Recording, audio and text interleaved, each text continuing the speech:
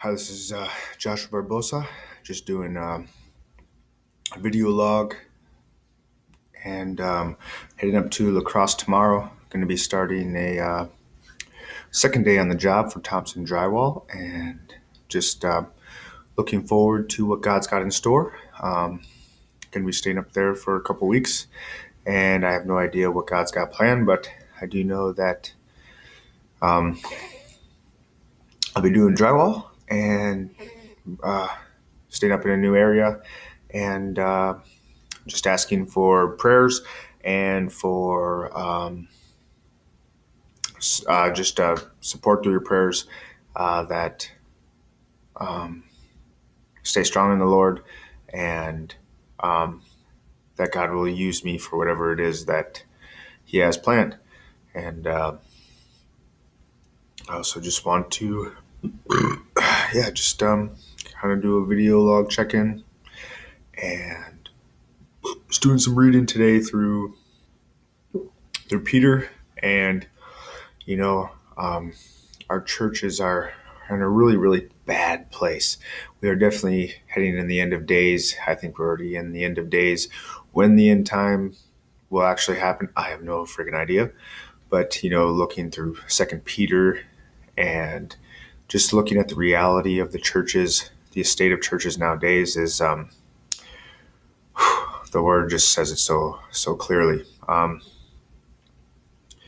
lot of our churches, I think are filled with a lot of false teachers, but also born again believers who are in the midst of wolves. And I think that's why, so many people probably are led astray into carnality.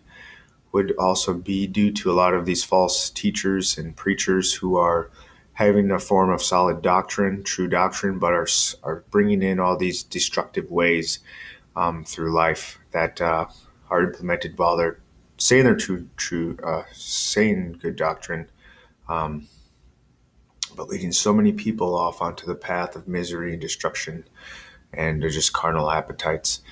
And I really pray for God to continue to prepare His people.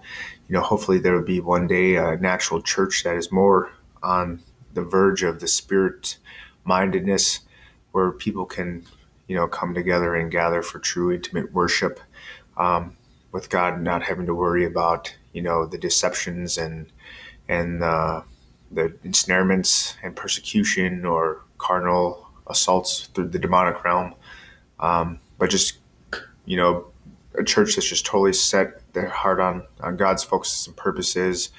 Doesn't mean that everyone would be perfect or that that there wouldn't be false people within that church as well, but at least the majority and at least the leaders being that of actually being for the people and for God, and rather not making church a business or an organization, but rather an intimate community that's not conditioned on things that would be so present in our churches today. But anyway, I just was convicted and led to do a video log, and I hope everyone's week goes well, and just keep me in your prayers. And I hope that the Lord continues to build up His people to be able to be empowered to face all the demonic strongholds that are so present in this evil age, and to really learn God in whole different ways that God would be revealing Himself to you guys in an experiential way, that you can stand firm in the midst of wolves and demonic strongholds, trusting in God and His power to govern your spirit and enable you to truly be abiding through His supernatural power and gifts and authority over the demonic realm. But we are not to rejoice of God's power working through us, putting the demons under our feet, but rather that our names are written in the book of life, to have our minds set on eternity. And this is temporary, and doesn't mean we can't enjoy when things are going good.